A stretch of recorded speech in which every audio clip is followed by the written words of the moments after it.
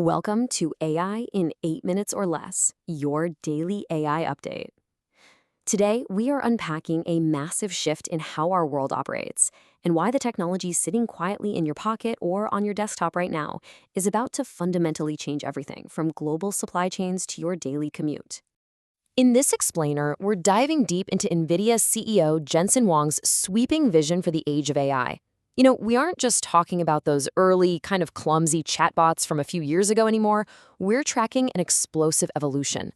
What started as a fascinating software experiment has rapidly morphed into a massive, global engine that's driving human ambition forward at a pace we have literally never seen before in history. Here's our agenda for today. We're looking at 1. The new AI spark. 2. The 5-layer AI cake. 3. AI boomers versus pragmatists. 4. Navigating global AI security. And finally, 5. 100x your future ambition. Part 1. The new AI spark. We've taken a massive leap recently. Think about it. We started with generative AI, which simply makes text or images from a prompt. It's basically a very smart autocomplete, guessing the next word based on a massive library of past information. But now, we've rapidly moved to Agentic AI. This is a system that actively understands your intention, reasons step by step, plans a strategy, and actually uses external tools. It's literally the difference between asking a computer to draft a generic email template versus asking it to analyze a complex spreadsheet of quarterly earnings, formulate a strategic summary, draft a highly specific email, and then automatically send it to your boss. One just generates a piece of text. The other acts as a digital worker, carrying out a multi-step objective. As Jensen Huang points out, our entire relationship with computers is fundamentally fracturing from the past. Previously, computing was strictly about retrieval. You clicked a link and a server somewhere simply fetched a pre-recorded video, a static image, or a text file. That was the internet for decades. Now, computing is generation. It's creating contextually relevant solutions on the fly, entirely customized for your exact intention in that exact second.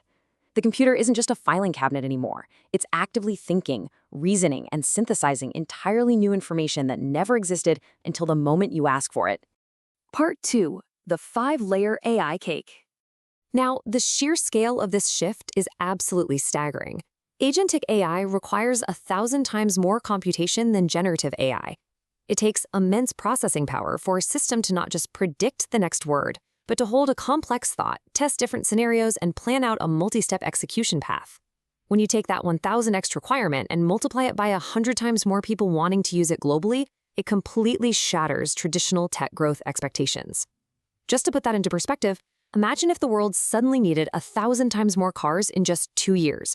The entire physical world, the roads, the gas stations, the steel manufacturing, would all have to adapt immediately. Well, that is exactly what's happening right now in the computing space. So to solve this massive compute bottleneck, the industry is baking what Huang calls the 5-layer AI cake. And let me tell you, it's a very expensive dessert.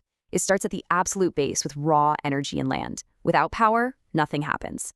Then it moves up to specialized silicon chips, the physical brains of the operation. Above that sits the immense physical data center infrastructure, followed by the AI models themselves, the actual software brains. And finally, sitting right at the top, like icing, are the applications we use every day in healthcare, finance, and logistics. Every single layer has to scale simultaneously for this whole ecosystem to function. Because far from just being invisible software floating somewhere up in the cloud, this massive demand is an incredible market force, directly altering physical reality. It's funding massive reindustrialization across the globe. We're building gigantic AI factories, these humming structures the size of multiple football fields filled end to end with glowing servers. But you can't plug a massive factory into an outdated outlet. This shift is forcing trillion-dollar modernizations of our physical power grids, driving huge investments in renewable energy, nuclear power, and next-generation transmission lines just to keep the lights on and the servers thinking. Part 3. AI boomers versus pragmatists.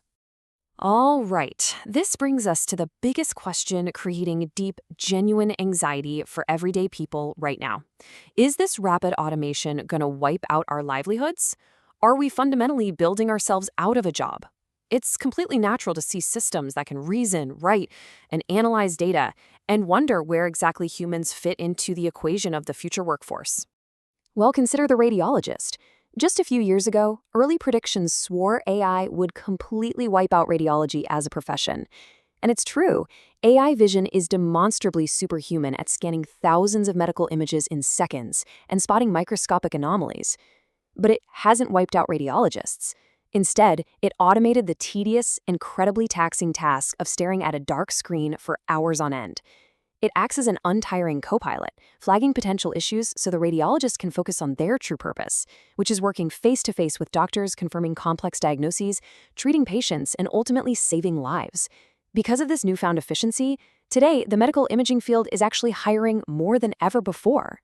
So the crucial takeaway here, you aren't likely to lose your job to an AI, but you might face massive career dislocation if you try to compete against a human peer who is an expert AI user. It's a fundamental shift in required skills, very much like the transition from manual ledger books to Excel spreadsheets, or the broader transition into the industrial age itself. The people who refuse to adapt will struggle, for sure, but the professionals who lean in, master the new tools, and leverage them to augment their daily workflows, those are the ones who will absolutely thrive in this new economy. Part 4. Navigating Global AI Security.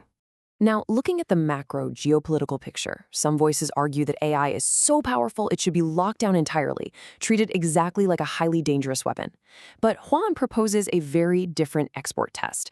Unlike traditional kinetic weapons, where nobody actually benefits from dropping a bomb, AI is an enabling technology. It empowers every single nation, every small business, and every researcher globally to elevate their potential. Maximizing these technological exports across all 5 layers of the AI cake actually increases global economic strength, which builds tighter trade dependencies, and is ultimately the truest, most stable foundation of national security. And when we talk about cybersecurity, it's completely understandable to fear rogue states or independent hackers using advanced AI to write malicious code. But the best defense against a proprietary hacker superforce isn't building another lockdown, heavily restricted government superforce. Instead, it's defending our vast, interconnected networks with massive swarms of cheap, highly accessible, open-source AI models. They act exactly like a biological immune system's white blood cells, constantly patrolling the digital bloodstream, naturally detecting anomalies, and shutting down microscopic threats before they can even spread. Open source basically acts as a distributed, collective defense mechanism. Now, while distributed, open-source software is incredible at defending our digital borders, the tech industry fully acknowledges that pragmatic, targeted government regulation is absolutely necessary when AI interfaces with direct human safety.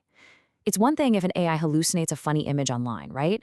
But if an AI is embedded inside a medical device, automatically diagnosing and dosing you, or if it's acting as the brain driving a 2-ton metal car down a crowded highway at 60 miles an hour, it absolutely requires strict, licensed, and highly tested guardrails.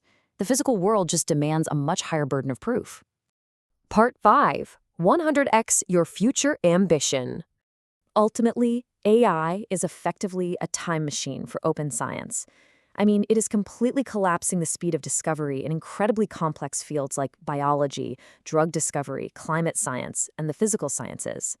What used to take a postdoctoral researcher months of tedious trial, error, manual data entry, and slow exploration can now be done with an AI assistant in a single day. We are literally simulating millions of protein folds and chemical reactions in the time it used to take to test just one. The pace of human innovation is about to go vertical, just completely leaping off the traditional charts. This massive acceleration leaves us with a profound sense of optimism about the years ahead. Automation isn't here to limit our potential or make human effort obsolete. Why? Because humanity has an infinite number of problems left to solve and an endless frontier of dreams to chase. AI is simply here to give us the cognitive tools and, most importantly, the time to multiply our human ambition 100 times over. We are removing the drudgery to unlock pure creativity. So what will you do with that kind of leverage? If you enjoyed this, subscribe to AI in 8 minutes and never miss what matters.